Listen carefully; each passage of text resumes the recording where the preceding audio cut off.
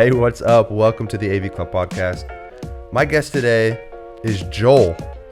His name is spelled Joel, and I thought it was pronounced Joel for the longest time. Then I asked him, and he said, dude, I don't care. It doesn't matter what you call me. My mom calls me by both. And so now I don't even know what his name is. I'm just gonna call him Joe. My guest on the show today was Joel Venecia, and it was a really cool story, man. So Joe is a Navy veteran. He served his I think 4 or 5 years in the Navy, and man, his story was cool. I have never heard this side of Joel or Joe or Joel, whatever you want to call him. And so it's very humbling for me to get to hear this perspective from him. And I didn't think we were going to get this deep into it, but we did, and I loved every second of it. I love this guy like a brother, and I hope you guys enjoy it, because I know I did. So without further ado, here is Joel, whatever you want to call him. Here he is. Thanks. We're rolling. All right. What's going on? Did you just get nervous? No. Why? Okay, good. Did you? No. You look kind of nervous, dude. I've never done this before. Really? It's okay. Just trust me. It's my first time. Hey, thanks for matching me today, dude. Dude, no, thank you for matching me though. No, I like it. You matched me. I like yours is a little bit more worn, you know. Yeah. I'll trade you. I'll buy it off you right now. How much? $50. Dude, now you got to tell the story. What story? Tell the story about why you said that. Dude, okay, so there was this band. I don't even remember the name of the band. Tough on Fridays. There we go. Hey, they're good. Yeah, look them up. They're actually really good. And so they're called Tough on Fridays. And I guess one of their managers was trying to get us to buy some stuff. And I was game. I was going to buy a shirt, whatever, some stickers, whatever. But I saw that hoodie, and he was like, oh, it's not out yet, but you can try and get it online later. You know me. I'd forget, and I'm kind of lazy by nature. So I was like, nah, dude, let me buy the one that you're wearing right now. And he was like a little bit confused. He was like, really? And I was like, yeah, 50 bucks. He was like, dude, I'll take it off my back for 50 bucks. Sure enough, yeah, I have that sweater now. Yeah. So it was pretty sick. It was dope. He bought it. This was like last night. We randomly stumbled into this bar. I mean, we didn't stumble. We were walking pretty fine. We had just got out there, but there's this bar. There's 2 sections. The back half is just a regular bar. Mm-hmm. The front half is where they have live events. It's called Barrel and Amps in Georgetown. It's sick. Check it out. It's pretty dope. And so this is the first time I'd ever gone into the live event section. It was by chance. Yeah, completely by chance. Yeah, and they were playing their dang songs, and it was pretty good. They did a cover of, what was that song? They did some. I couldn't tell you the name of this. They did some pop cover, and it sounded good. And then they sang a couple of original songs, and then we were like, dang, this was pretty legit. And there wasn't too many people in there, which is also kind of a cool thing when it's super intimate and there's not a ton of people. Right. And yeah, no, it felt like, because at first we couldn't really even find like a spot to like sit or stand or whatever, wherever in like the front part. And we're like, well, let's go check it out. And dude, I'm so glad we went back there to check it. Yeah, it ended up being like super cool. Yeah. And so I liked it. The cool thing is like the hoodie, it's like essentially what you're wearing right now, just a regular hoodie, but it has a picture of them on the couch. They're like their eyes are covered or whatever. Yeah, like it has like the sensor thing on their eyes, the black sensor bar across their eyes. Mm-hmm. It looks dope, and it's really cool. I'm so glad you bought that from him, bro. I was like, is he really gonna do this? I didn't want to say anything because I was like, I'll let him do his own thing. But there it was. You did it. It was cool though because we got to talk to the band afterwards, and yeah, that's true. And they're actually like really just genuine people, you know. Like they weren't like, oh, just trying to get rid of us. Like we had a legitimate conversation with them, and we talked and whatever. It was dope. Hopefully they're gonna be on your podcast. Yeah, I know. That'd be really cool. Whenever we were talking to the I guess she was like the lead guitarist / one of the lead singers. It's this 3-person band, 2 girls that are playing the bass and the guitar, and then a dude on the drums. And so we were talking to the lead guitarist, and we were just having a normal conversation. Didn't even occur to me that I had a podcast or needed guests for the podcast. And Joel was like, dude, this guy's a podcast. You guys should, link up. And I was like, oh, yeah, I do have that thing. Yeah, that's right. and I gave her my card and said, we'll see what happens. But, dude, I'm your honorary manager now. dude, I know. Let's You go, need to be my dude. manager. I forget. That's like the second time. I'll try to get Joe Rogan next week, dude. Dude, please, I need him. And he'll be like, dude, what the heck are you doing, man? This is my setup you have here. You copier. Dude, hey, it'd be sick, man. That was cool, though. It was cool. I like it. I just want to see you get big, man. It's awesome. It's exciting to see you just like on the come up, you know. And so, really thank you for letting me be a part of this and Thank everything. you, bro. Dude. Are we wrapping it up? Is Yeah. this the end? All right. Y'all have a good one. Dude, so thank you for coming, man. You came all the way from old G-Town. Yeah, old G-Town. I mean, it's cool. I was kind of looking for I've been gone. I've been in South Texas, and from South Texas, I was in Florida for a little bit. So, I mean, I haven't been home for close to a month. Mm-hmm. And then I'm over here now, and then I'll be gone again next. But, I mean, Yeah. this was like the one that I was like kind of looking forward to the most because bro. I know we had kind of set it up a while back. So I was like, no, I got to be in know. town for this one. I know, dude. We had an opportunity to hop on a podcast like that last time you came, but you were like, dude, no, I'm not ready. But I get it. It's like you kind of want to prepare for it at least a tiny bit, right? It's nothing serious, but it's easier mentally if you have some sort of preparation. Yeah, because I mean, I was only here. You didn't even know I was here. I was like, yo, let's get breakfast. Dude, I know. And I literally called into work that day because I was like, dude, Joel's here. I'm calling into work. And then, my boss was cool with it. She's cool. So that's cool. And then you guys showed me that one spot, that breakfast. Dude, I like that spot a lot. Yeah. Georgetown is really cool. I really do like Georgetown. Dude, by the way, that band, they're all local, which obviously you know that, but they're all the three players, I think they went to the same high school. They did. They said that. Yeah. And so that's so nuts. That's really cool, like, and to see a band come up like that. Yeah. They're all from here, and it was cool. They didn't give you an autograph though, which was kind of bogus, but not because they didn't want to, but because they forgot. You could tell they were busy too. That's why I was like, it's all good. Like, it's no worries, you know. Yeah. But if you're listening to this, I want an autograph. Yeah. Dude, I'll get an autograph when they come because she'll come for sure. I feel like it, dude. She was about it. So. Yeah, dude. She was like, yeah, I love podcasts. So it's cool. Hopefully that works out. But anyways, bro, thank you for coming on, and thank you for matching me. We've already been over this. Also, I wanted to start off by saying, dude, thank you for your service. Appreciate it, man. That's like kind of funny, kind of not. It's like a sincere thing, but also it's like kind of jokey. But no, I get it. Yeah. Dude, what was your service like? What was your experience like? Because from my perspective, knowing you since you joined, it seemed like you were gone for years, like for an eternity. You were gone for years, but like it seemed like you were gone for literally an eternity. You know what I mean? Even though we did keep in contact every so often, like it's not the same. Guys, you know? Yeah. What was that experience like for you? And like how your timeline? Like you jumped in like boot camp, of course, and then where was your first station? Where were you at? What did that opportunity, that experience look like for you? Okay, so really and truly, like from the start of it all, we hopped on a plane. It was like maybe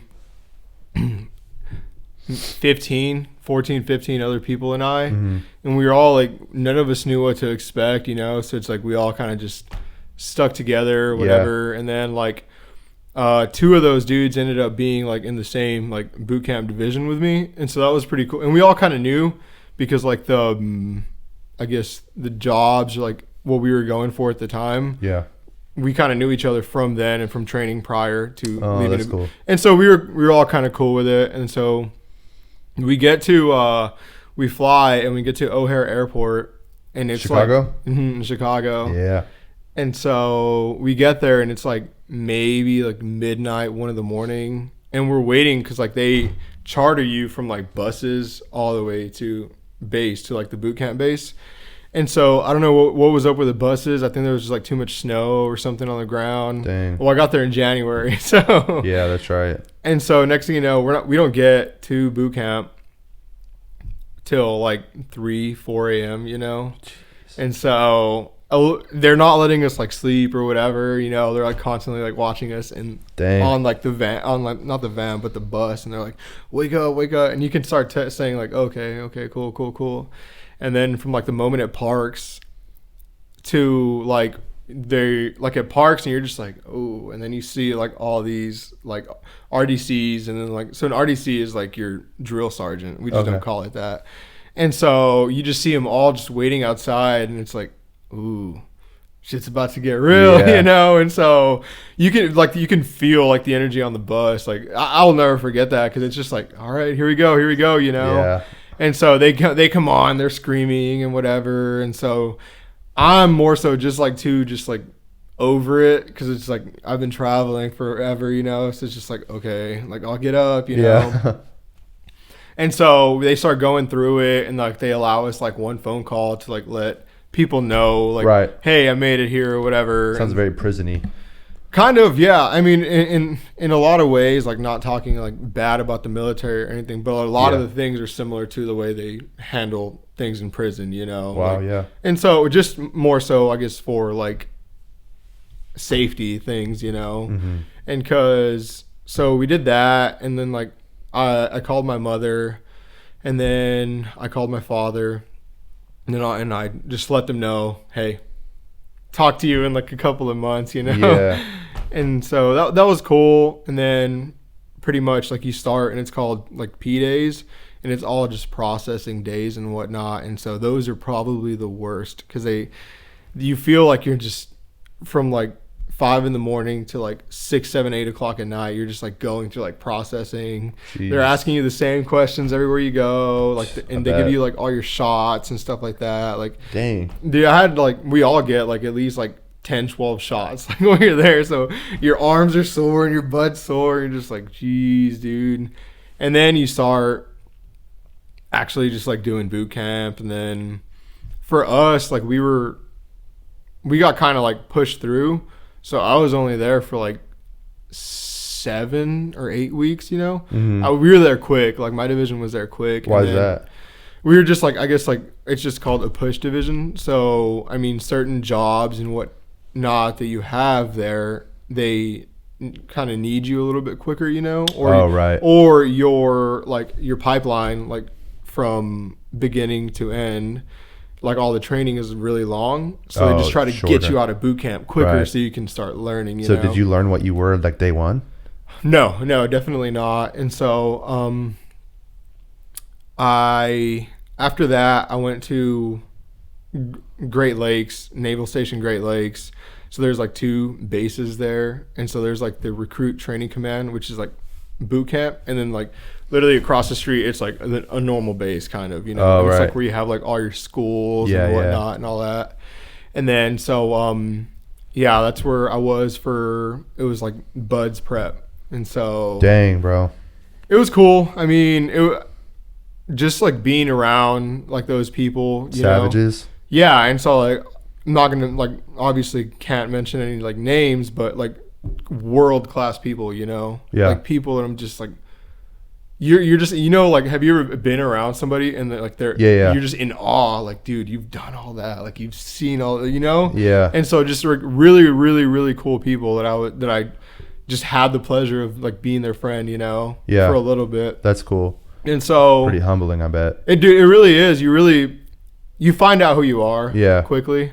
And so we were there for roughly 2-ish months, probably a little bit longer, like maybe 3 months, you know. Don't quote me on the timeline because time is not my strong suit. Yeah. And so I'm sure it's irrelevant when you're there too. It's it like, really, dude, it really is. Just- Like it doesn't make a difference. I had so much fun. It was like it was cool. very, very fun because you wake up, you work out, you eat, you work out some more, you run, and then like towards the end of the day, you're good, you're chilling. Yeah. You know, there's really not much to do, you know. And so it was awesome. It was just like a big bro camp for Yeah. like a couple And of. so this was just regular like boot camp for. No, this was Bud's prep. It was So- after boot okay, camp. so So it's- boot camp is like there's not really like much to talk about because it's really just you Basic learn stuff. it's basic stuff. You learn like basic like history of the Navy. You learn like there's this one thing called marlin spike. You learn how to like not tie knots, but like how to like operate on a ship and stuff like that. Okay, I And got so you. I got it's you. pretty. A lot of us there, we were just kind of over it because it's. Easy. Yeah, it was very easy. In fact, I gained weight when I was at boot camp. Oh, wow. Yeah, I was like, I think I ended up gaining like 14 pounds or so. Dang. Dude, yeah. And so I went in, I was like 170, and like I came out and I was like 180 something. Yeah. So yeah, and then yeah, Buds Prep, it was fun because you're there you're doing what you want to do, you know. Yeah. So that was cool, and then yeah, you're there for a little bit, and then it starts to get a little bit more real, you know. Like then you fly out from Chicago to San Diego, you know, Coronado, California. Coronado, I've been And there. so It's pretty cool. It's like a little island, right? Or like it's like a little island. Yeah. You take the bridge over there, the big ass bridge from San Diego to Right. pretty cool.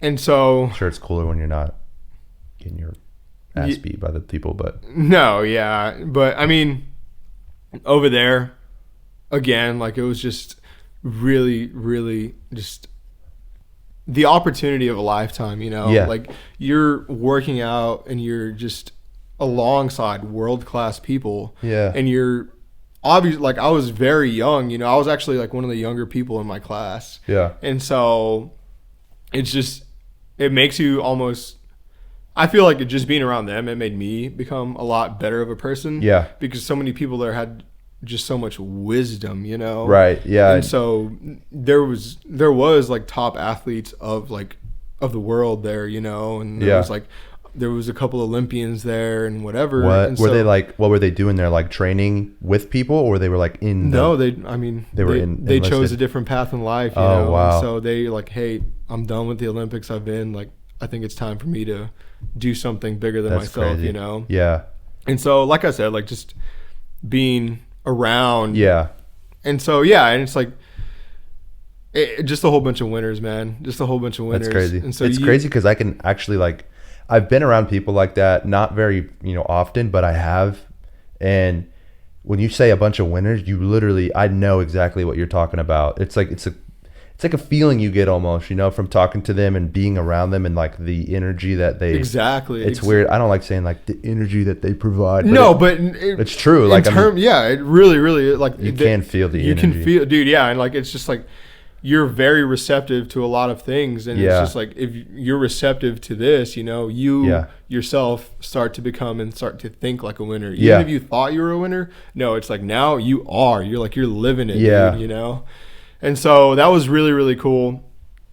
And then, but like just awesome stuff. Like, and so Coronado was just a different location for this Buds Prep. No, so after Buds Prep, it was legitimate, like it was Buds now, in Coronado. Coronado, that's where it happens. And that's where it goes down, And so I mean, you're doing some of the craziest things you've ever done, and it's like you're swimming in the open ocean, and it's like for miles, That's pretty wild.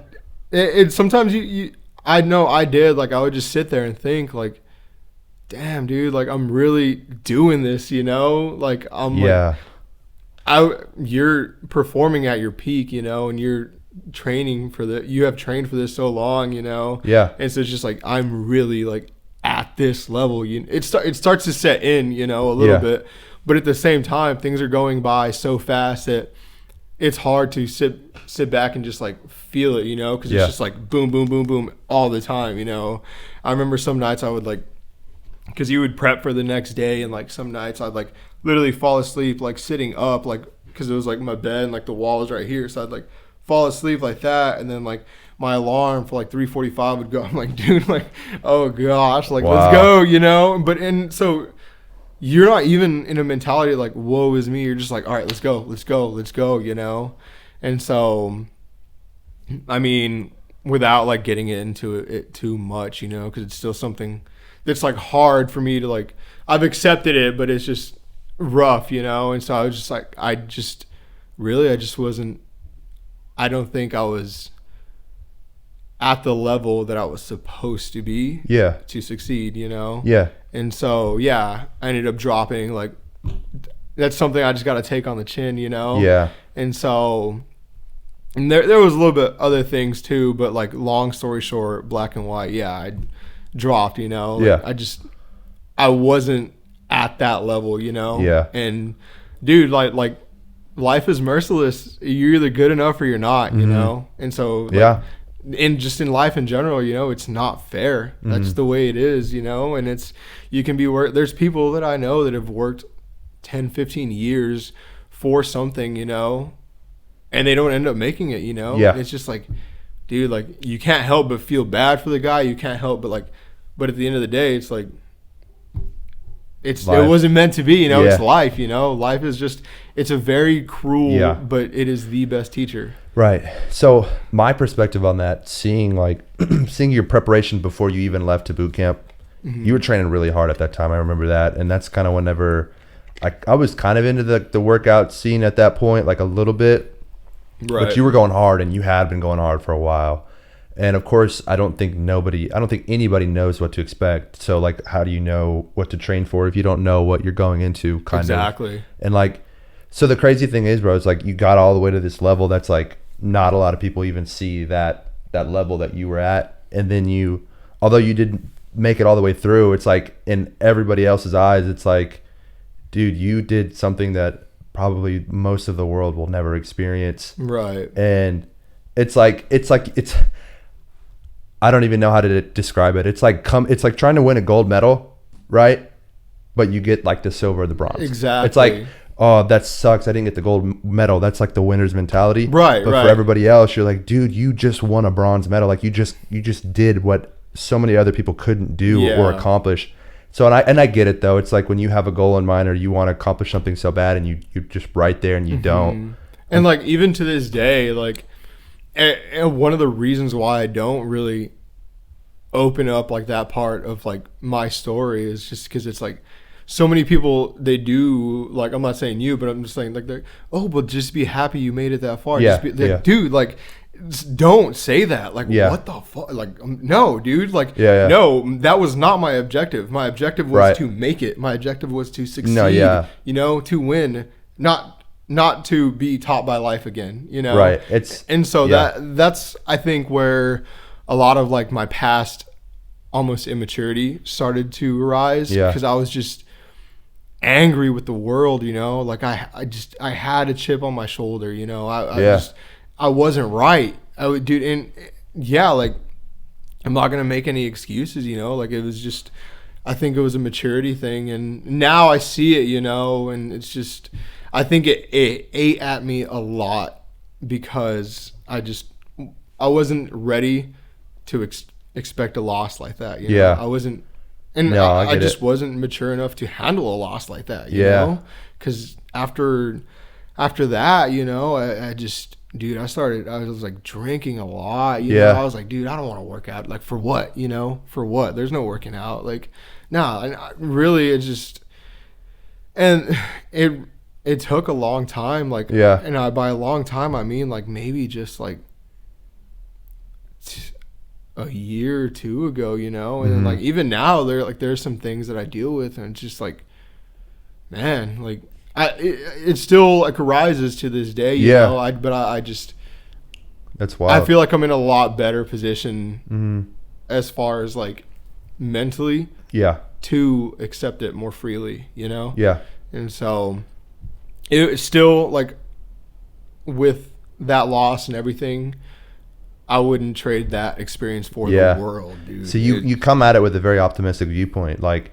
The whole now I do. I came out of it very not good, you know, and so no, I remember asking. I don't remember who I asked. Somebody probably closer to you at the time, but I was like, "How's Joel doing?" And they're like, "He was so close, but didn't get it." And then he was like, "Don't bring it up, don't bring it up." And I was like, "All right, that's all I needed to hear," like, you know. But yeah, man, it's just a crazy to know somebody who's even gone through that. What was like?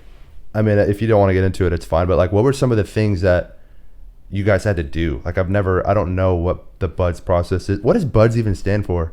It's like basic underwater demolition. And so it's just like, So you guys are just blowing stuff up underwater? No.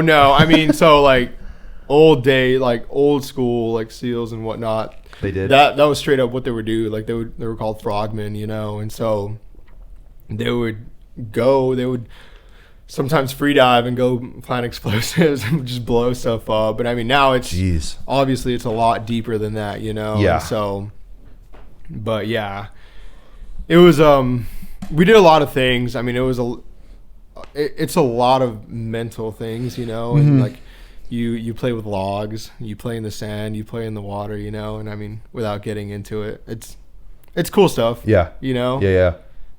That's dope, bro. Humbling stuff. Humbling stuff for sure. Stuff, you know. And so after that, you know, not making it, they sent me over to 32nd Street in California. It was like another naval base, literally across the bridge from Coronado. Oh, wow. And so I was there for a little bit, and then I was like, it was like a kind of like a holding thing, you know. And then I want to say I was there like 2 months maybe. Yeah. And then finally I got orders, and and it was like 30 of us, dude. It was like from like everybody that dropped. So it was a little bit more than 30. We all went to back to Great Lakes, you know. And so, because we were all going into a different normal Navy job, you know. Yeah. Some of them got to be like divers and like EOD techs and stuff like that. And like hats off to them, because like at that point I was just like, nah, I'm just too torn and just strung out to do anything else, you know. Yeah. And so, because they themselves have like a smaller selection process and whatnot, you know, and I wanted nothing to do with the Navy, you know. Yeah. So I was just, because I wasn't there to be regular Navy. Dude, so sorry to interrupt, but No, go for it. You don't make, like, when somebody drops from that and you're like across the street basically, is there any way to try again, or how does that work? Can you try again? Can you? No, yeah, you can try again, but I think you have to wait. It's like 2 years, I believe, or so. I might be wrong. It might be a year, but you have to wait a little bit, and you have to go through the whole process all over again. Yeah. You know, and so I know people that wanted to try again and stuff like that, but yeah, I was just done. You know. Yeah. And like mentally, I was all over the place. You know. Yeah. And so some days I would be like, no, I gotta go again. Like some days I'd be like, dude, fuck that. Yeah. Like, so yeah. roller coaster. Oh, 100%. And then, but yeah, fast forward, I go back to Great Lakes, Illinois. And then, I mean, it's like 20 minutes from Chicago, you know? Yeah. So, and then it was almost like a dream, you know? Because it was like I was doing like fireman stuff, you know? Yeah. And so, because I was going to be a fireman, an engineer in the Navy, you know? And so, yeah, because you're pretty much needs the Navy, so wherever they want to stick you, you know. And so, when I say it was like almost like a dream, is like school was so easy since we had technically already been away, you know. We didn't have like restrictions or whatever. Like we just go out as we please and whatnot. That's cool. Yeah, and so I mean, after like class or whatever, we would just because there was a train station right across from the base, so we'd walk to the train station and just like go to Chicago, you know. And so I had so much fun there, you know, and I really got to explore That's so a lot cool. of Chicago. And I mean, if you haven't been to Chicago, I never thought I would like it, because I never thought I was a big city kind of at the time, you know. Dude, no, I fell in love with Chicago, and I know Chicago gets kind of a rap for like, oh, the people are rude, the people. Right. Like, I never experienced that, you know. My entire experience of Chicago is like one of the best places I've ever been. Everybody's just so nice. Yeah. And like, dude, like we'd be having a beer, like my friend Wee Wee and I. And so like we'd just be having a beer, and then like some guy would come up and be like, hey, did you guys do this or whatever, like blah blah, like we're not from around here. And it's like, oh, we're not from around here either, really, you know, like. And so, and then you just start, and like that's like one of your like best friends, you exchange like numbers, and it's like, hey man, you want to grab a beer? It's not like, yeah, I'll be there, you know. Yeah. It's like there's so many people that are just down to hang out, you know. Oh, that's cool. And yeah, I love Chicago, and it's very like artistically oriented. Yeah. And so you go, I mean, I'm not talking about the Bean. Everybody knows the Bean, you know? Yeah, Beans. But there's just so much like random like art, you on know? the walls. Yeah, I've been Yeah, okay. for So like yeah, 3 days, or like a day and a half really, but Oh, you need Not, like a week. yeah, I dude. need at least a week. I fell in love with that when I was over there, man. It was amazing. Oh It's the yeah. biggest city I've ever been in, though. So it's like, Oh okay. Well, I mean Chicago's huge. yeah, So it's massive. it's really cool. Like I had so much food, like so many different types of food Yeah. and whatnot. And so there was this like Romanian place because we used to. That's when I got into rock climbing a lot. Was in Chicago and How random. Yeah, right. Well, it was just like huge gym. Like there was this huge rock climbing gym, Yeah. and then it was in the Avondale area of Chicago, and then we'd go rock climbing, dude. We'd go like every day, because it's like, what do we do? Yeah. Like, what's there to do? So we'd go like That's rock awesome. climbing every day, and then there was this like Romanian restaurant, kind of like you walk out and the Romanian restaurant is like right here, like across the street. So we just go there, and then like they had all their different types of food, and That's awesome. I experienced a lot of different culture, That's so and cool. something that I wasn't expecting in Yeah. Chicago, Yeah, yeah. In the, I remember getting off the plane, getting to the airport there at O'Hare, and it's just like cultures on cultures on cultures. Just Well, in even the airport itself, Yeah. like they have like that. they have all the flags hanging up, Exactly. and it's like, dude, this place is like a melting pot to the truest. It really is, It was freaking awesome. Unfortunately, I went in the wintertime. I went in like February, so it was freezing balls. It was I had to wear like legit like a hoodie, then a big jacket, and then gloves. I was bundled up, and we were there for not very long, but it was amazing. And I saw so many people. I got to try some good food just in the short amount of time I was there. And this was in college too. It's like I had no money, but I still right. we like walked everywhere. But there's so much to do that when you don't need money. Yeah. In Chicago, Yeah. like Texas really isn't so much. You kind of Yeah. need money for everything, but in Chicago, it's just like, and then there's a lot of like art museums or just museums that are free over there too. Yeah. And if not, they're like $5. So cheap. Yeah, dude. There's of course we saw the Bean. We were like a block away from the Bean. So Millennium Park. we were like we stayed in this really nice hotel. It was really old but pretty nice. Right. It was for like I was in a business fraternity, and it was for some humongous conference they had. All you had to do was pay for like the flight basically, and they paid for the nice. hotel and stuff. And so it was legit. Yeah, no, that's really cool, especially like because you're over there with people, Yeah. I don't know exactly how much it was, but it's like you're over there with. We had a squad. We had a full squad. Dude, So it's like that's always the best. Yeah, too. Yeah. It was really cool. It was a super dope experience, man. But I want to experience it more to the fullest. Where else were you able to travel to during your time in the? Oh well, I mean, so from there, I was there for a little bit.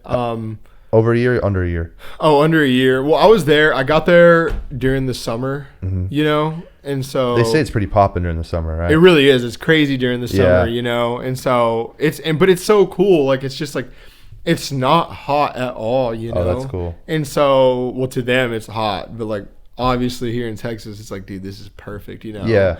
And then it feels like a spring day Oh wow. here for the summer over there, And so there's like just so much going on, and so you're just outside all day hanging out, and then fall starts to roll around, and if you haven't been to Chicago, please go in the fall. Like the entire, like literally the energy of the city changes, and it's funny because you start seeing like, they have like flags of like whatever's going on and stuff like that. Yeah. Everything starts to turn like pastel colors, Oh, that's cool. Yeah, it's like, I guess like the whole, just the vibe of the city goes pastel colors. That's the only way I could explain it, and then it's just the nights, like the evenings, they're just like crisp, and so it was like, it was an experience for sure, Yeah, that's cool. And then I was fortunate enough, like I spent my 21st birthday there. Oh, that's cool. And so there was this bar that afterwards, after I turned 21, we would go to, and it was called Mickey Finn's. And if you're in that area, please check out Mickey Finn's. It is like the coolest place there, And so, and I still remember like a lot of the people there, like Miranda and Chrissy, there were some bartenders there, you know, and it's like Yeah. the coolest people ever. Like just they're the type to like always like make sure you are always taken care Yeah. of. Not just like us, but like everybody else, you know. So it just makes you want to go there more. It was like a very awesome place to go to. Yeah. And like Oh, I feel you. yeah, and so Did you get to meet Jennifer? No, I didn't. But yeah, she was. What She about was there. Christina? Yeah, I met Christina. Okay. No. Dude, so you just said these names, and I mean, I believe you, but you could have said any name. And No, but I'm just I'm I know. I'm just kidding. expressing how like much I guess like it sounds How much dumb, of but a- how much of an impact it was. No, you know? I get you, bro. I get you. I made Dude. I made a fool out of it, and it's my bad. I made you. It's my bad. I messed up. You're good. No, I messed it up. no. I'm just like it was an awesome place to like Very memorable. very very memorable, you know, and so you always know where you spend your 21st birthday, Yeah, you know, that's true. So it was really cool, and like it wasn't that far from home. So. Yeah, mine was at a Chili's in Granbury, Texas. Oh, dude, Chili's. that might be better than me. Yeah. Let's hear it, dude. What happened in Chili's? So we ate. I think I had food at the house before I went. Right, we went to Chili's. Me, Daniel, I think Jared Adcock, and some other people. I don't know. I don't remember who else was there. But they ordered me like a beer, and I was like, "Dude, I would thank you guys so much." I just ate 2 meals because I ate at home and then I ate at Chili's, and I was like, "I cannot drink this. I'm simply too full." Yeah. And they were trying to make me drink it, and I was like, "Guys, it's not that I don't want to. I physically just can't. I will full, die. I will yeah. die if I drink this. If any more food or liquid comes into my stomach, I'm going to explode." They didn't believe me, so I drank half of it, and then I was like, "I'm done." And that was my 21st birthday. I didn't even get drunk or anything like that. So memorable, drank yeah. half a beer. Mine was better than yours by far. Oh, dude, fact. Yeah, at a Chili's. Come on. Would you get the triple dipper? No, dude. I probably got some Cajun pasta salad or quesadilla explosion salad. One of the two, whatever. I haven't been to a Chili's in a long time. Yeah, But I mean, me it either, is bro. what it That was is, the you last know? time. Dude, you know what's crazy is that you're saying all this as if it was 20 years ago that this happened to you. You're like, that was like 5 years ago, 4 years ago. How fast did that time just fly by? It's kind of hard to explain, you know, because I look back, I'm like, damn, like, you know, like that was just a few years ago, but I feel like, dude, that was years ago, you know? Yeah, It's yeah, just yeah. like, I feel like I've just experienced so much bad and good, you know, just so much life, dude, so Yeah. much life that it's just like, it feels like it's very far back in my timeline, but 100%. really it's like right there, you know? No, I feel you, bro. Because, thinking back, the same time frame, I was in college. Yeah. And, like, college is literally you're in one town. Like, if you do something cool on the weekend, you're going to remember it because it's like, okay, we did something cool on this Oh, weekend. facts, yeah. And, like, every other weekend is either, for most people, getting drunk or having a house party or, so, like, for example, I remember I went up to New Mexico with my dad and my brother and one of our buddies, and like that was one of my most memorable times in college because I couldn't really do anything else. Oh, I was yeah. stuck in Lubbock, and like I didn't have the money to like just go anywhere, and like, Right, luckily they right. were coming, and my dad was like, "Dude, I'll help you out, whatever, just come on." So like for me, my experience throughout that same time frame was like, oh, like I was in class, I was home on the weekends, I was like studying. But for you, you're like traveling, you're living, you're doing like grown adult stuff as a 20, 21 year old, 22 year old, all the way up to now. And you're only what, 23 right now? 25. But still, like, it's cool. Like, that's one of the benefits of being in the military, right? Is like the travel aspect of it. Oh, yeah. And the experience. Yeah, and it's cool, like, I mean,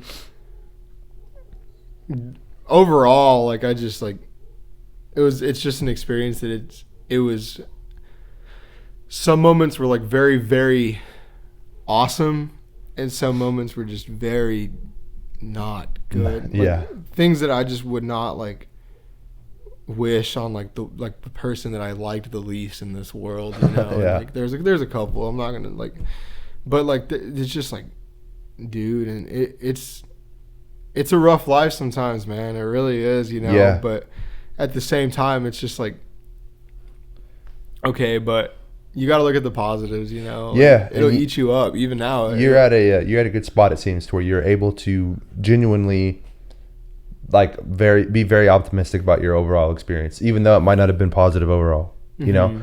And that's good, because when you're in it, I'm sure it's way harder to be optimistic about it. When you're like, it's almost like you're living on a deadline or like a timeline, right? Like, oh man, all the time. next year I'll be 2 years away from getting out. Like, you know, you're counting down that last minute till you're out, or it's what it seems like for the people I know. But it's really cool to see that you're having this optimistic viewpoint on it now, being out. But dude, so like after Chicago, what happened? So after Chicago, I mean, it all came down to like a lot of us that were there, you know, we started like trickling out and leaving, you know, and then I was one of the last ones to leave.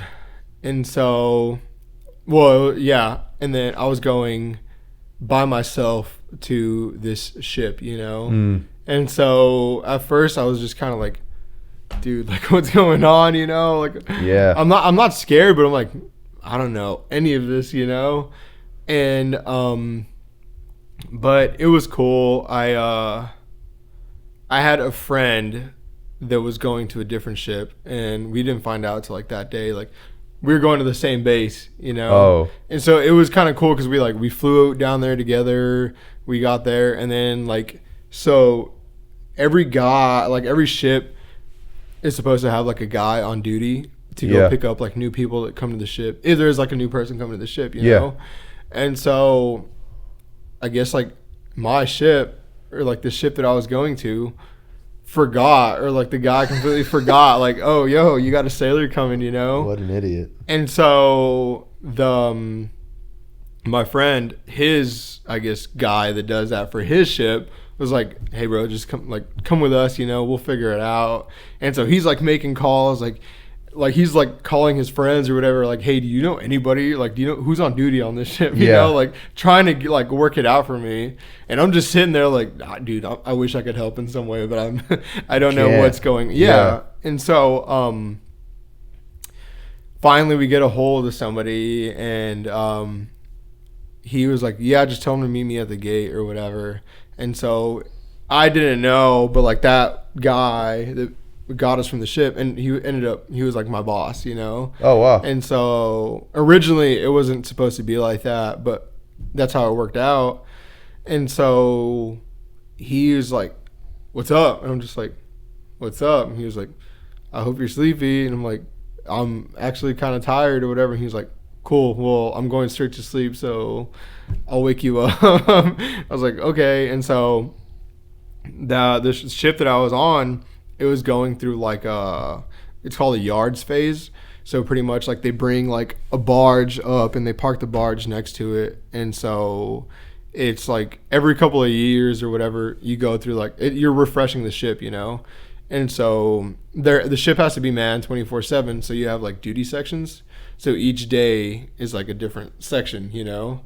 And so he was on duty or whatever. And then there was like all the other people that were on duty, they were all asleep because it was pretty late at night. Right. And so I walk onto the barge, and dude, I straight up am not joking. It is like the oldest ship I had ever seen. Because it's not even a ship, it's a barge, but it was like the old, like you could just tell, like it still had like round windows and stuff. Like, wow. Dude, it was just old. Come to find out, like after like I got situated and everything, yeah, that's like the oldest barge that the Navy owns. Like, wow, dude, it was bad. And so like I didn't even end up showering that night or anything, you know. And like, you know me, I shower at least like twice a day.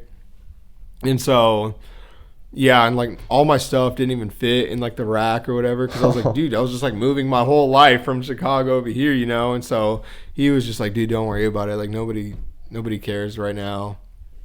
And so, yeah, and then come to find out, like he told me I was supposed to be in another engineering division. And so he put me, because like the male berthing was like split up. And so it used to be like the engineers and then like the other engineers, like the damage controlman and everything. And so he put me on this side because I was supposed to be with them. And then come to find out, he put me in somebody's rack. Like, oh, wow. Somebody at our was like, he just wasn't on duty that night or anything. And so like the next morning, some dude's like, hey, you're in like you're my friend's rack or whatever. And then he ended up being like, his name was Chris. He ended up being like one of my best friends. And like my first impression was, no, bro, you're good. Like I barely sleep in it anyway or whatever. I'll just take this other rack. I'm just like, dude, like, I mean, if it's a rack, it's a rack, you know, like, yeah. But he ended up being pretty cool. And like, yeah, come to like fast forward a couple of weeks, he ended up being one of my best friends. You know, he's just cool. a stand-up guy. Like, yeah. He would take the shirt off his back for you and everything. That's really you know? cool. And so, but yeah, that next day, come to find out, I'm not even supposed to be with this division. I'm supposed to be like with all the DC men in the HTs. Yeah. DC men are like, dude, you're a glorified firefighter, you know? Yeah. And so, yeah, they get all that situated. And then now I'm in like the DC shop, you know? And so it's just, and everything, so much is happening like so fast, you know? Cause like, right, yeah. Nobody really has time to like properly like get you situated, you know? And so they just like threw me in and everything, like, oh, here's your coveralls, here's all this, do this or Dang. whatever. And so I definitely had to hit the ground running, but I made friends quick, you know? And like, I say I made friends, like there was like 2 friends, and then his name was Colin, like my old roommate that I was in Florida with. Yeah. I mean, we're lifelong friends, you know. And then the other one, his name was Dakota. Like, we just always did everything together, you know. That's cool. And so we became inseparable on the ship. And then slowly I started like making more friends, you know. And then like all the time, like I would get like whenever I'd start talking to somebody else, like one of my friends, his name's Alex. He was just like, dude, like, honestly, I just thought you were just the biggest douchebag. That's what. To you? And yeah, and like I would get that a lot, you know. Yeah, I don't know why. And then I started like kind of like doing some self-reflection because like, all right, if multiple people have told me like, and I was like, I guess I'm just like sour, you know, and just still like I'm mad that I'm on a ship, you know. I don't want to like really, right, you know. And so, but no, yeah, dude, like it ended up getting fun, you know, because like things were relaxed, you know. And so after a while it was cool, and then yeah, it just started getting bad, you know. Like once like our ship started coming out of the yards and we were like going underway and stuff like that, I'm talking like we would be like working, we'd have to be there on the ship at 4 a.m. Jeez. And we wouldn't leave until like 10 or 11 p.m., you know. And so it was just, and you were just straight working the whole time, you know. And just like sometimes you'd just be like doing nothing, you know. And then you'd be there waiting for somebody, for one person, but like nobody's letting you go because it's like, oh, we all leave as one or whatever. And oh my. Yeah, I know. And it just, I'm not gonna lie, like just over a year, like close to 2 years, 2 to 3 years of just like that attitude, you know, that you could tell like the whole morale of the ship was just going down, you know. And it was just, I saw it made a lot of good people bad, dude, just sour, you know. Yeah. I saw people that were so close to getting their 20 years in the Navy, you know, and then be like, nah, dude, like either transfer me out or whatever, you know, or like making a decision like, no, I'm not re-enlisting, like because of this ship, you know. Right. And it got me a lot, dude. There was some bad things that just happened to me, you know, and it's just not, it wasn't like, yeah, like it put me in a very, very, deep, dark spot, you know. And it's just like, and I don't want to like just dive into it too much, you know, but it changed me, you know, like, and you know, it has to be something substantial when you start to realize like, dang, like I know like this is a big part of like why I am the way I am, you know.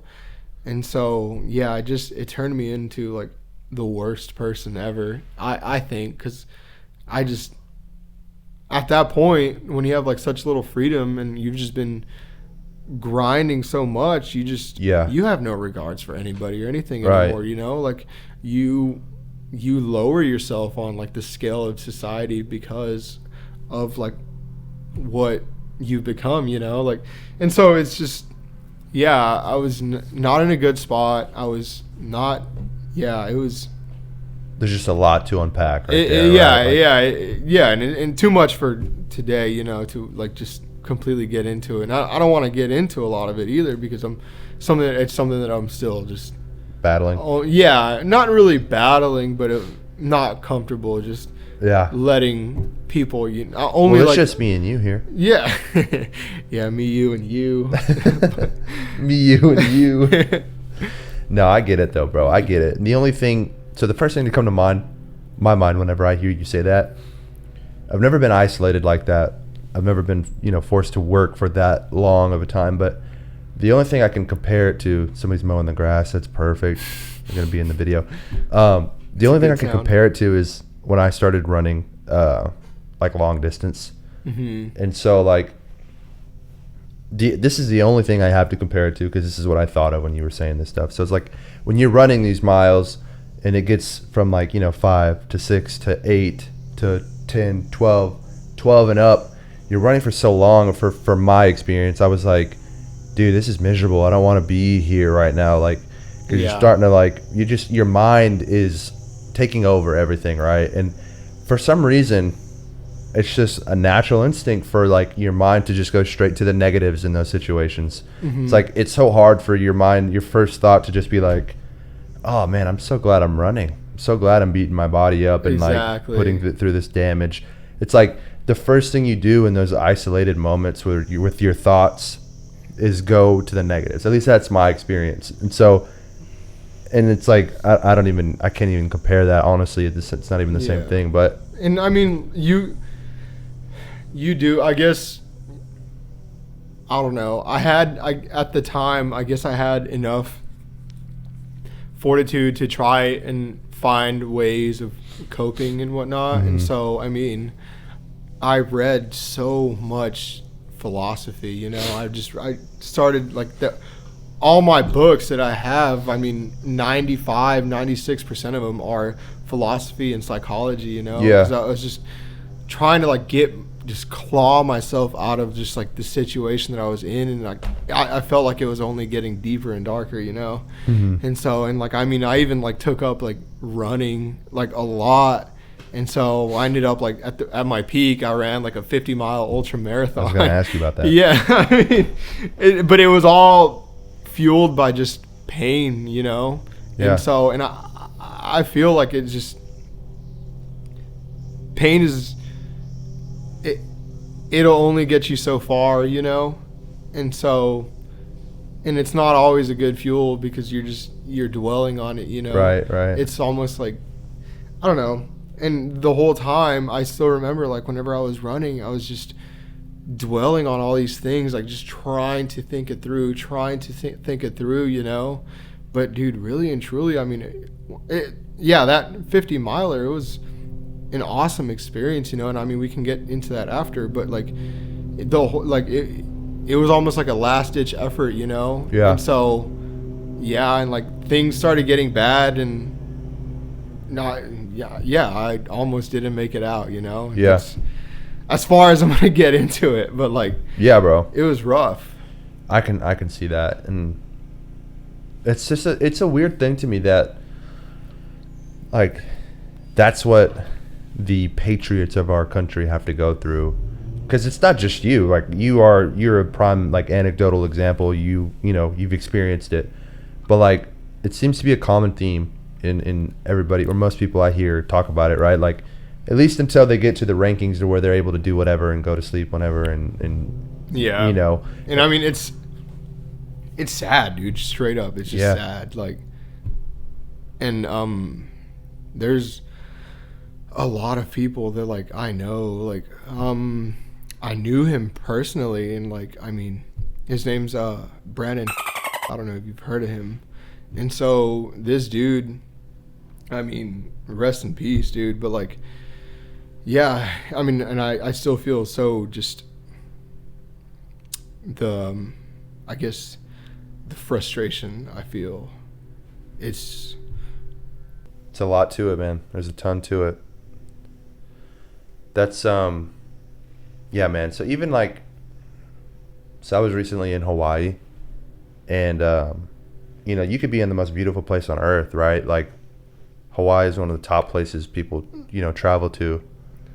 And it's like, you know, even at that point, it's still, you could feel just bad, you know, like if you're in the Navy or in the military and stuff like that. So, you want to take a break? No, yeah, we're good. Okay, cool.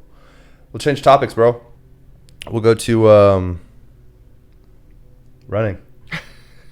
That was the next one I had. And yeah, dude, I mean, what was your experience like? How did you get into it? Obviously, you got into it in like the military, but like, what was your first run like? And then like, what made you take that jump to, okay, I'm gonna run an ultra marathon? Did you run a marathon before that? No. Yeah, that's what I thought. Yeah, it was just straight, like just I guess, yeah, I was like running a lot, like to yeah, like I said, to try to just like deal with everything. And then one day, like I was just like, let's do a lot, you know? And so, I mean, I had ran like 20 milers or like 25 milers multiple times, like as training, you know? Mm-hmm. And I mean, some of the best runs, dude, really, because it's just like, you get into this just like zone, dude, where it's just like, you're going from like thinking about things Mm-hmm. to you're just going to where it's like your mind is completely just, I don't know, almost like just a complete just blank, you know, and you're Yes, just 100%. you're just feeling, you know. Yeah. And so I hate running. Yeah. I hate running. But as like even now, you know, I run a lot like whenever I have like a big decision to make or just like a big or like if I'm just dealing with something's heavy on me. I run because I feel like that's just like, it's just something to like, it helps you digest whatever you're thinking. And like, Yeah. I feel like I can think and make decisions more clearly when I'm running, you know. And it's weird. It's like almost like that, like post-nut clarity, you know. But it's like when you're running, you know. And so it's pretty cool, dude. Like, so, and I think that's what got me into running a lot, you know. And then I found out about that the Deer Dodge 50, that's what it was called. It was in Milton, Florida. Deer Dodge 50. And so one of my friends, his name was Kirsch, we used to run all the time, you know. Yeah. Or he used to run a lot. Him and I actually never ran. No, I think we ran like once or twice together. Yeah. But like we mentioned it and I was like, let's do it. Dang. Fuck it. Like there's no, like, look, why not, you know. And so yeah, we drove over. We took I don't know how they like granted us because we took 5 days of leave, like vacation days, and so we didn't make a little trip out of it, but like we went over there, we got a hotel, like we did like the pre-race orientation, like the registry and all that. So we did that, and then yeah, it was cold, and I remember we woke up and there was snow on the ground in Florida at 5 a.m. And then all like the race organizers are like, dude, like, what do we do? What do we do? You know, like it doesn't snow in Florida. Like, and so, and there's people from like different like parts of like the US or whatever. And they're like, we thought it was going to be a warm ultra. Like, what's going on? You know? I bet. Jeez. And so, but yeah, we started that. It was fun, you know, and I mean, the nerves start to like go away after like mile like 8 or 9, you know. Yeah. And you start just falling into a good groove, you know. And so like every 5 to 7 miles there was like an aid station and like coolest people in the world at aid stations. And that's so awesome.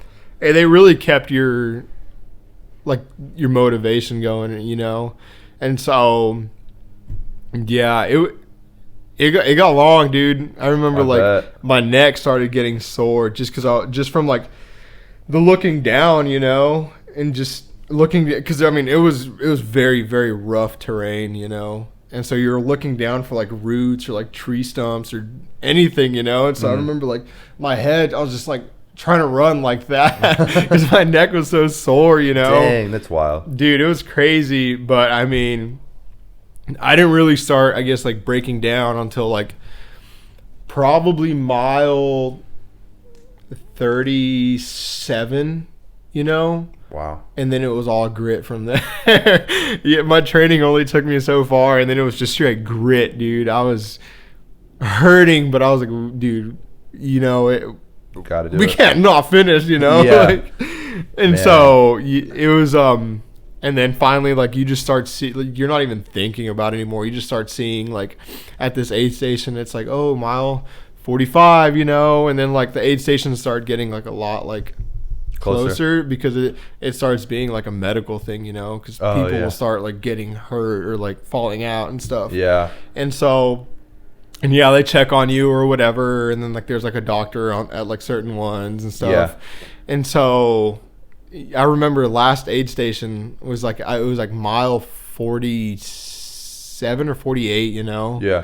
And then they were like, it's it from here, you know, just. And then I remember it was so weird, but it was like punching in a dream, you know, when you're just like, you can't punch fast. I felt like that. Like I was like, I just can't move fast enough. Like my sprint was a shuffle, dude. And so I'm just like, oh my gosh. Like, and then like, I remember one of like, I guess my legs, it was like my right leg. It just like wouldn't go like forward right anymore. So it was almost like a hobble. And so I remember like, we were like, maybe 100 meters from like the finish, and you could hear like all the bells and everything. Like people were like, come on. And like my buddy Kirsch was like maybe 15 meters behind me, and so I was like, come on bro, like let's go. And then he was just like, I'm trying. I'm just like, fuck, I feel that, dude. I feel that, you know. And so That's funny. I tried waiting for him at the finish line. Like I didn't want to like, I wanted to finish together, you know, but they made me go through. I don't know why, you know, like they're like, no, you have to come through the finish line. I'm just like, all right, now you just ruined it for us. Oh, that sucks. Yeah. And so, but yeah, we ended up finishing, and it was, man, let me tell you, it was the high after you finish was just like, dang, dude. I hadn't even ran like a legitimate marathon. I know. And I just ran 50 miles. You doubled it. Yeah. Oh, facts, dude. And it was cool. It was cool. Like it was really fun. Like, and then I remember it was fun. It was kind of funny getting home, like to the hotel room after that. Cause like, I remember it was just, we were just so beat down, you know, and like one of my legs wasn't working, and like it just straight up just like wasn't working. And then I remember like it took us, I swear to you, dude, it took us like maybe 30 minutes to get from like off of the car into the hotel room. Wow. Yeah, it was, because it's like every step was just like pain, dude. Yeah. And so, and then yeah, we get into the hotel room, and I'm just like, dude, you can take a shower first, whatever. And then like I like laid down and like reached, like we were all dirty and everything, but we didn't care, dude. I was like, whatever. And then so he took a shower, and like, I mean, I remember him taking, because I was like, I checked, and he took probably like maybe 2 hours, but there's no reason not to, you know, like I bet you like an hour and 40 minutes was him trying to get into the shower, you know? So it's like, yeah. And then after he took a shower, I mean, I remember there was just like dirt all over, like, because I mean, it was a muddy race, dude. And so after he got out, I got in. He didn't even bother putting clothes on. I was like, dude, I feel that. Like, and so I got into the shower, and I just turned on the water. And then, like, I made the mistake. I sat on the toilet, you know? Oh, yeah. And so I sat on the toilet, and I was like, immediately, as soon as, like, I sat down and put my weight down, I was like, fuck, dude. How am I going to get up? Yeah, how am I going to get up, dude? And so I managed to do some crazy maneuver, and I, like, just sat down in the shower. And I remember I, like, almost, like, I guess I don't know how long I fell asleep for, because when I got out, Chris was already asleep. But I straight up fell asleep in the shower. That's hilarious. Dude, shout out to the hotel. Water never turned cold. It was, wow, dude, yeah, it was nice. And so, but yeah, after I got up and everything, it was like, dude, now I need to like stand up in this shower, you know. Oh, jeez. And so it took some time, you know, but Yeah. I got up. I didn't even bother, like, Sam, I didn't bother drying myself or anything, just in a towel. Yeah. I went there to bed, you know, and then, like, the entire time we were asleep, like, I remember Kirsch was like, dude, I can't fucking sleep. I'm like, I can't either, you know? And it was because it's like, you would try, I guess, like, once you, like, your body would fall asleep, you know, you would try and turn, and it would be painful just to move anything, you know? Oh, yeah. So whenever you try to, like, turn over or, like, get comfortable, you would hurt yourself awake, you know? Jeez. So it was rough, dude. And then, like, yeah, and then we had to drive home the next day. That was bad. And then, like, I remember, like, getting off at gas stations. People would just, like, look at us like, what the hell is wrong with y'all, Yeah. you know? Because we'd be, like, leaning on the car and, like, oh, my gosh. Like, it was so bad. And then finally we made it home. And then we just, I feel like I finally, like, I slept for a long, long time, you know? And then Dang. and then we went to it was called Blue 32. And so it was pretty much it was like a cryotherapy like place, you know. And then the guy there, like, we told him, like, everything, and so he had it ready for us and everything, you know. And so That's awesome. we did a little bit of cryotherapy, and then we had some compression, like, leg sleeves, and we did that for a little bit, and I think it really helped with our recovery, you know. And then we both got a massage too, like, painful massage. And then and then we were just, like, eating like crazy. I remember for, like, I guess, like, the next few days after, you know, because it was just so hungry. Your body was just trying to recover, you know.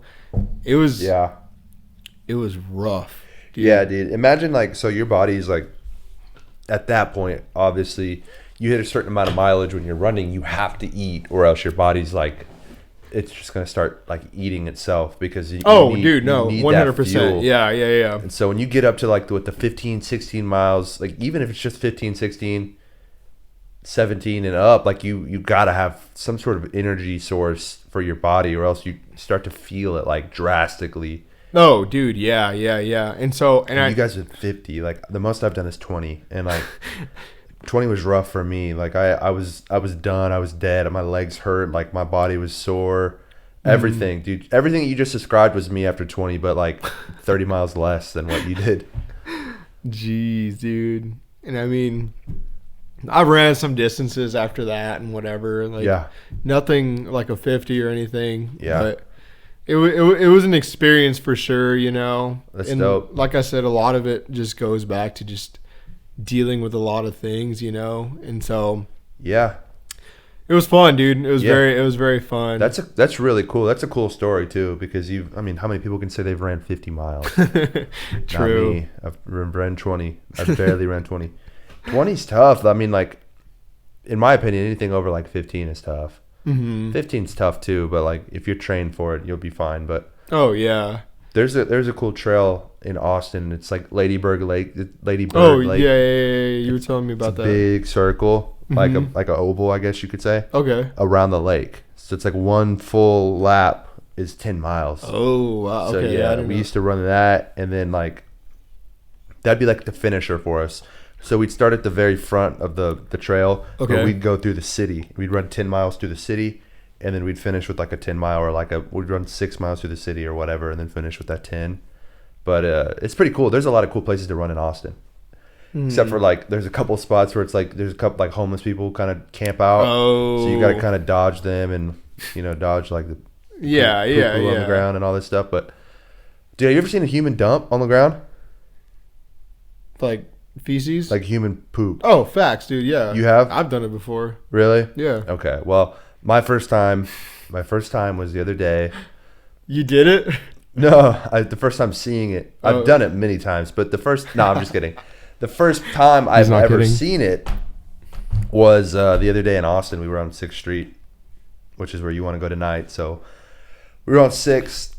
We parked in this parking garage, and there was just a big old dump at the bottom of the stairs. And I was like, that's human doo-doo. That's human doo-doo. It's funny because you can tell immediately. Yeah. You're just like, that came from a person. Yeah, it's so gross. It's disgusting. But it really didn't smell that bad, and like the texture was like. Did you feel it? Yeah, and you got to, you got to poke it. That we dissected it. It was like a science experiment. You ever dissected owl pellets? Remember that, dude? Yeah, we did that with the human poop. Oh, was there like different? What did they eat? They actually ate owl pellets. So there was owl pellets in the human feces. A random corn. That's so gross. Yeah, human poop is gross, and it's very distinct. Like you could tell right away. We all do it, dude. No. Oh, you don't? Not girls. Oh, dude. Yeah, I don't know how they don't fart or anything, but I guess we're not built like that. Nah, built different, bro. Built different, dude. So what's next for you, man? What's next for you? What's the future hold? So I'm climbing Mount Everest in 6 months, and so that'll be fun. I'm joking. No, I'm not climbing Mount Everest. No, it is. It sounds crazy, but that is on my bucket list. That's crazy because it's like almost. I mean, not almost. It is believable. Like if you were really like, I didn't freak out just then because I'm like, oh, it's just a Joel thing to do. You know what I mean? Yeah, it's definitely something that I want to do for sure. Yeah. You should climb Mount Myanus first. I've conquered that one before. Dang.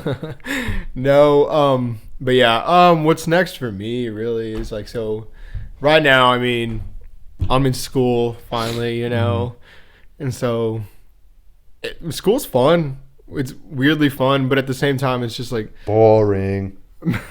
No, it's something to do, Yeah. And so I'm doing school. I'm going to school for business. And then on top of that, I'm also going to like I'm doing like what's like a real estate course, to get my license for Texas. And so hopefully I'll be selling homes here pretty soon. That'd be a cool gig. It sounds weird, but it's just like, I feel like that's really what I want to do, it's just. Well, it gives you that freedom. Like we've talked about that a little bit before, right? And it does give you like a freedom too, and it's just like, dude, at the end of the day, a lot of life, as much as like people like to like deny it, a lot of life is about money, because the money helps you live the life that you want to live, Yeah. And so, and so, I mean, I feel like it'd be a good financial move, so there's a lot of things that I want to do, and I know a lot of those things are probably going to be pretty expensive. No, I agree. Yeah. It's weird how that works, right? It's like, I mean, obviously you need money to do almost anything, but money is almost like the root of the evil that occurs in the world. A lot of it is, from. And you can't beat it, so you have to join it. Yeah. Well, unless you can beat it if you invest in Dogecoin. Hey, invest in Dogecoin, please. Please. But it's not. I'm not telling you to do it. So. Yeah. No. Don't do it. I'll get in trouble. Don't do it unless you want to. Unless you want to, yes. And so, but yeah, that's another thing too. When it comes to what I'm doing, I don't even know how I got into it, but I'm all the way in it now, and so I do dabble in cryptocurrencies only because I feel like I've had the most luck with them, you know? And right. So really a lot of that I feel like is going to be, it's just a growing nest egg for me, And so if there comes a time where I'm like hurting or I need something or whatever, it's just like, I kind of almost have that to fall back on. Yeah. Which is good. Yeah. And so it's just like, yeah, there's a lot of them, and I don't want to give away my whole portfolio, but it's just how much have you spent? I'm just kidding. I know. I was about to be like, I mean, like, yeah, definitely. What does your bank account look like currently? I mean, it's healthy. That's good. That's a great answer. It's very healthy. That's a great answer, dude. What is God, I just had a question in my head, dude. Keep talking about crypto. I'll think of it. I just had a question and it just went away. Which one to invest in? What are the No, how did you get started in crypto? Let's just start with that, and then I'll think of what I was gonna say because I forgot. Because I'm an idiot. I suck at this. So I suck at this. It was like I was still living in Florida. Yeah. When I invested in like Dogecoin, and so I don't know why it was just. I was like, okay, like Sure. yeah, sure, and so I put some money in there, and I just Got it. now look at it, Yeah. That's all I gotta say is like look at it now, and so it's done very, very well for me. Yeah. And so I guess from there, it's just, I mean, if you follow anything, like crypto is just a big boom right now, and so right now it's like we're in a little bit of like a rough spot in terms of all cryptocurrencies, Yeah. but it's just like, and there's so many of them too. It Yeah. takes up a lot of time, and so you see me on my phone a lot or whatever. It's like I'm not even on social media. I'm just like reading about some coin or something like that, That's so cool. And so, but I mean, at the same time, it's just like I'm literally investing in myself, Yeah. 100%. So because I want to have like the money to do all these things in the future, Mm-hmm. Just to climb Mount Everest, it's like $80,000, What? Yeah. Why? Well, I mean, I guess it's like all the preparation, and you got to pay for like these big like cow things to like take you so far up the mountain, and then you got to pay for like almost like lodging and stuff like that. You show up and you climb the mountain. Everything else is like it's almost like a package kind of thing, You have to pay to do it? Yeah. Like, obviously, Well, because obviously there's like experienced people that have like like climbed, guides almost and like stuff. guides, kind of, yeah. That's annoying. And so, but I mean, You got to pay to climb a mountain. That's so dumb. yeah, but I mean, you have a 1 in 3 chance of like dying on the mountain, and they have to leave you there. Yeah. So that's why that's like a very They like, have to leave you there? I don't think they have to, but it's like They'll die if they probably grab you. exactly. And so it's like one of like the grim like facts of Mount Everest is when you climb Mount up there, Everest. you're gonna see bodies. And I didn't realize that until a couple Dang. of years ago. You'll see multiple bodies like along the way, That's because you'll see like a wild, jacket or something like that, and it's just like, yo, like, and they're like, oh, we can't bring him down because like we would run out of oxygen, and so because like you can only carry so much oxygen before it starts getting too heavy, and then you can't make it up the mountain, Right. And, like to a certain point, you're expending too much energy, and there's a lot of Exactly. factors. Dude, what if you saw somebody with like a cool North Face jacket? Would you take it if they were just chilling and they were like, Oh, facts, dude. like somebody that No, just- I wouldn't take somebody it. that That's didn't- weird. Somebody that didn't make, dude, think about it though. Like if they didn't make it, and you're like, dude, I've always been wanting that jacket. Like, would you just throw it on real quick, throw it on your pack, and then keep walking? What I if feel like somebody had that's some very, disrespectful? yeah, no, that's a huge ethical thing. I feel like that is like very disrespectful, I mean, Well, I mean, you yeah, got to, dude, you got to respect those who tried. those who tried, and it's like, yeah, it's just like almost like an unspoken of rule, like, dude, if you try doing this, like, What if he had a gold tooth? I mean, hopefully I'll have some gold teeth too. Dang, you wouldn't take his gold tooth? No, dude, no. I'm not gonna reach in this frozen dude's mouth. I'm trying to get you in trouble with the Mount Everest department. Police. Yeah, whatever there is. There's like a police station up there. At the very They're top. like, hey, you're speeding. Slow down. You go up and there's like a Starbucks at the top. They're like, God, you made it? It took you long enough. There's an Yeah. elevator. We take the elevator down. No, but I mean, dude, life is crazy for me. I just, Yeah, it is. there's no set thing that I want to do. Mm-hmm. And I guess experiencing some of the things that I have, all I know is I just genuinely, it sounds very like cliche, but I just want to be happy, dude. I want to be able to just do the things that I want to do when I want to do them. I want to take care of the boys. Like, I just want to like, Ayo. yeah, dude. I want that. Dude, Yeah. I feel like that's just, I don't know. I owe it to to my friends that have stuck around this long to at least just be like, dude, let me pay for your college, like, or just some Right? stuff like. No, 'cause that'd it's be just like, so cool. and then Like, let me pay your loans off, because a lot of us have like loans, like yeah, or like a lot of the people I know that went to college, dude. Yeah, and it'd be cool to like. So I just, like I've said this before. It's not a brag. It's a fact. I just got back from Hawaii, and we did this hike called Coco Crater, right? And there's obviously it's a mountain. It's an abandoned like railroad train track just goes up the side of the mountain. You see images on it. It's like a TikTok thing, right? Like that's how I think my girlfriend is that how you found it on TikTok? Yeah, it's like one of these things where it's like hike this trail in Hawaii if you ever go, and it like has a little video, but it's like you get to the bottom of the tracks and it's just like it just gets steeper and steeper, and it's just a railroad track. And first of all, I'm like, how did they build this without like? How did they build this straight up a mountain? Dude, right? There's like some crazy things like that. Like, but how? it's like you make it to the top of the mountain and you're there and you're like, dude, I want to do something like this every single day if I can. Like, I don't want to go to work. I don't want to go make T-shirts after doing something like this. What the heck am I doing? So I get that, bro. It's like that was like happiness for me because I was like, man, I'm really enjoying just like the nature that the earth provides. That's we've been blessed with, and like. It's so cool, and there's so many different things. Like, were you able to go out of the country when you were on your? No, I just went to a lot of places that had water. Yeah.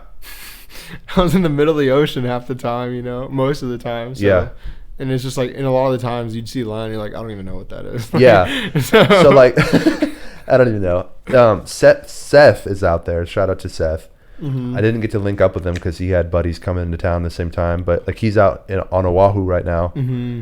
I'm like, dude, that's so cool. Like, I still never had the chance to go to Hawaii. You will, and you'll will. love it. You'll love it. It's one of those things where I told people ever since going. Like my buddy, I was on the phone with him yesterday, and he was like, dude, is it really as good as they say it is? Mm-hmm. And I'm like, yeah, it is, and probably better than that. And it's one of those things you just have to experience it yourself. Yeah. There's really no telling you, like, there's no comparing. It's not like Florida. It's not like going to Cali. It's like its own world out there. Right, yeah. And not only is it like paradise, like the beach is pristine, the sand is nice and fine or nice and coarse. Literally, they had all kinds of sand out there. It's like there's so much rich history.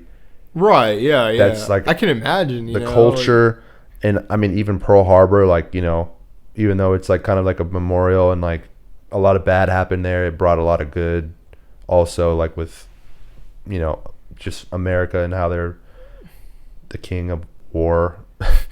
we're just badass, bro. It's so cool to see the history of it, and like unfortunately, like it was a sad history, but it is cool to hear about it and learn about it and stuff. And I feel like it's only appropriate to learn about histories like that, Yeah. Because it's if you don't know histories of certain things or just about most things, you don't have like a deep enough appreciation for it, Yeah. And so it's so crazy, dude. So like these hikes that I was kind of talking about a little while ago, the top of these mountains in Hawaii, they have these things called pillboxes. Mm-hmm. You know what a pillbox is? No. So I guess they're called pillboxes. My understanding, I've never looked this up. I'm an idiot. Don't trust me. But like they're called pillboxes in my opinion because they look like a pill box would look. Like if you imagine a box that you keep your pills in, like Monday, Tuesday, Wednesday, Thursday, Friday.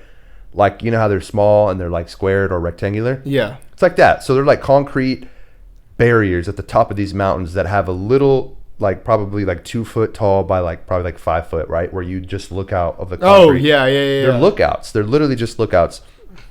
They're on like every mountain, every hike you go to, you're gonna see a pillbox because it's an island. You can just see far out in the distance, and if you have binoculars, you can see even farther. Yeah. And so they're everywhere, dude. And you go up to, unfortunately, in Hawaii, I think it's like they encourage art in Hawaii, like Honolulu. If you look in their buildings, they encourage people to like to like spray paint and to graffiti and to do murals and stuff. So it's cool. It's really cool.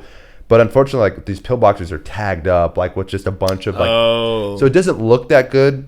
It looks like a bunch of kids just went up there and like did their name, but something. Yeah. It's a lot. It's like completely covered, right? Wow. But it's so cool because it's like history where these guys back in the day in 1910, as one of them was built in 1910. It's like these soldiers in 1910, probably our age or younger, they were up there with binoculars looking for ships or planes or whatever in the horizon, and they're the ones that had to tell the rest of the gang back home, hey, there's people coming to attack us. We better step it up. Right? Like it's just so crazy to just think about that. Exactly. And when you're on these mountains, bro, I'm like, you look out, just water. Like that freaks me out a little bit. Like just seeing nothing but water. It's like, whoa. Like whenever you're like in the middle of the ocean or like in a place like that, only then do you realize like just how tiny Yes. and literally just how unimportant you are in terms of just like the way the world is moving, you know? It's so crazy. It's almost like a little reality check. Like, It is. Oh my gosh. Like, 100%. Like you see the ocean, it's gigantic. But when you're like on the island, you're looking one way, you see and just nothing but water, and you turn around, you see just gigantic mountains, and you're like, oh, I'm nothing. I'm a speck on this earth, exactly. like a tiny particle. It's like, it's so wild. Yeah, you're right though. It is a lot of perspective. And there's like a little bit of like truth behind like whenever you realize how small and unimportant you are in the grand scheme of things, only then do you start to like, I guess, move more freely in terms of just like, no, dude, let me do this. Yeah. I want to, you know, I feel like doing this, you know, because it's like so many people get caught up in like they have just the weight of the world on their shoulders, you know? And so it's just like, they get caught up in even just decision making or like what they want to do, you know? And so it's just, I don't know. I feel like you got to realize like how small you are. Yeah. And how just unimportant a lot of like your decisions are, you know? So it's just like, dude, like if it makes you happy, don't think about like, oh, but should I really do this or whatever? Dude, go do it. You know? No, I agree. Go do it. That's like my whole philosophy now after like graduating from college and like working like a 9 to 5-ish kind of job. It's like, that's what I tell people now. I'm like, if ever a young kid is in my presence and they like somehow end up asking me or we talk about college or something, I'm like, dude, if I'm being honest with you, college is cool. You do learn a lot. You do experience a decent amount. But like, if you know what you want to do or you have any slight idea what you want to do, like jump the line is essentially what you're doing when you're not going to college. You know? Jump the line, figure that out, and go hard, and then like just be happy. Like do what makes you happy. Do what you enjoy doing. Do what you would do. Like do the thing you love doing for free and try to get paid doing it is what I try to tell people. You know? So and like, then, I don't know. I just feel like it's just I'm sure you know, but there's just like such a high level of just like mental health issues and just depression throughout like the world, you know? Yeah. And so, and it's like, yeah, none of us are immune to it, you know? And it's just like a big part of just having mental health issues is just like your body knows who you are and you're almost like living a life that you're not your authentic self. And so your body just gets tired of like living as not you. And so when your body gets tired, you are tired, like you're conscious, you know? So yeah, things start dragging because you don't get to be what you are, you know? And so, and I think that's, and then just social connections too, you know? Like we're so just, that's so exotic to us now, you know?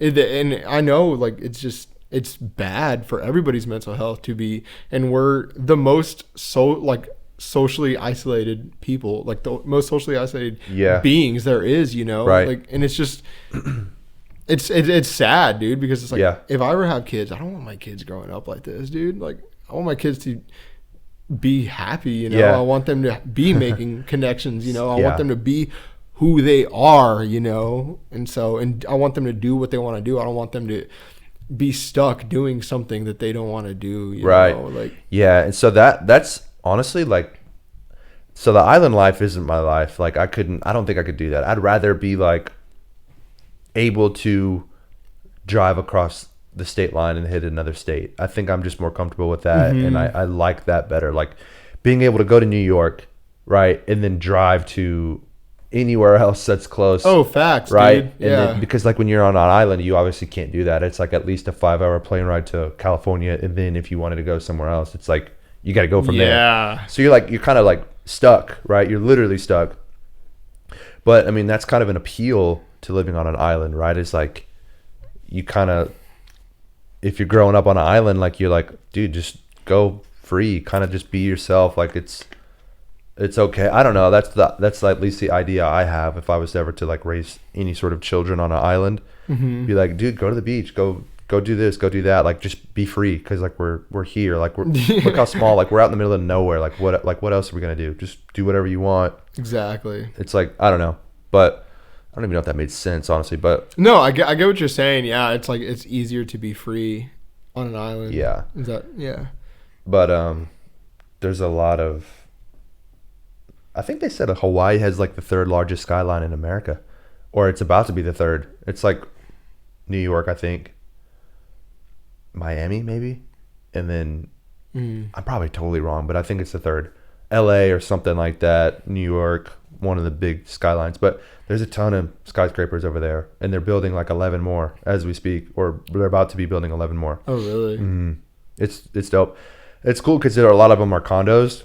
Oh, okay. They get a lot of people from like other countries to move there, and when they build a new condo, they have to house a certain percentage of local residents. So there's like a lottery system. So it's not like they're building these condos and then like the locals are just being pushed further and further back. That's like, good. That's good. That's awesome. You know, it's really cool. They have a lottery system for it, and it's legit. The way they do it, it's legit. And so the locals are like, yeah, we're cool with you putting these condos here, because then like it's homes for us. You know? It's like people under like $55,000 income annually. Oh, okay. Like are thrown into this lottery if they apply, and then they get a chance to live in these buildings that are cool. So it's pretty cool the way they do it. Yeah, no, that's cool. Feels like they should do that here, but like they got a lot of stuff over there. Maybe not figured out completely, but it's pretty dope the way they handle stuff. And a lot of things here, it's just like so many things sound very good on paper, you know, but it's just like we are so like our country is so big and we have so many people. Some things just won't work out, you know. Yeah. But we're just a constantly evolving experiment, you know. Yeah. Like whatever. Yeah, bro. No, 100%. I agree, and it's cool to be living in it, if I'm being honest. Like, no matter the ups, the downs, the sideways, the whatever, it is really cool once you kind of take a step back. I'm just glad to be here at this point, you know. Yeah, like, it's super cool. Like, who would have thought we'd be here in Georgetown doing this podcast? Dude, yeah, like it's like I'm alive. I'm matching with the homie. Yeah, we're matching. Life is good, dude. Life's really good, man. Dude, you got anything else to say? Got anything you want to put out there to the ether? Dude. I don't know. Yeah. I mean, I can keep talking for hours, but we don't need to do that. I know it's almost 6. That's what I'm saying. That we got to start getting ready, I think. Oh yeah, facts. Joel. Thanks for coming out. It's a preference. Please stop. Everybody, please stop asking me which I prefer. I don't have a preference. So his name is spelled Joel, right? So, however you see that it's pronounced, you say it. However, you say what's comfortable to you. Okay, and he's good. And so Joel, I'm gonna start calling you Joel, like Joel Osteen. Yeah, no, but yeah, seriously, dude. Thanks for having me. Thanks for coming, bro. It was fun, dude. It's been a good weekend so far. It's cool, bro. It's cool. The cool thing about this is that once you get in a flow, we're still rolling, by the way. Once you get in a flow, it's just like we're just talking. It's almost like the mics aren't even here. But dude, throw out your socials. I don't think you have a website, do you? Dude, you should get a website. That'd be cool. What am I gonna put on? No, like, look, dude, people have websites that just are about their lives. You can make a free one. You could put it like your name, and then just has images of the things you've done. I think that'd be dope. And then people could check you out on your website. Maybe eventually, like, if it got to the point you could make your own shirts and even sell them or not sell them. But like, I think that'd be dope. Yeah. Because there's interesting people out there, bro. I feel like I know that you're one of those interesting people that, first, you have a really cool story.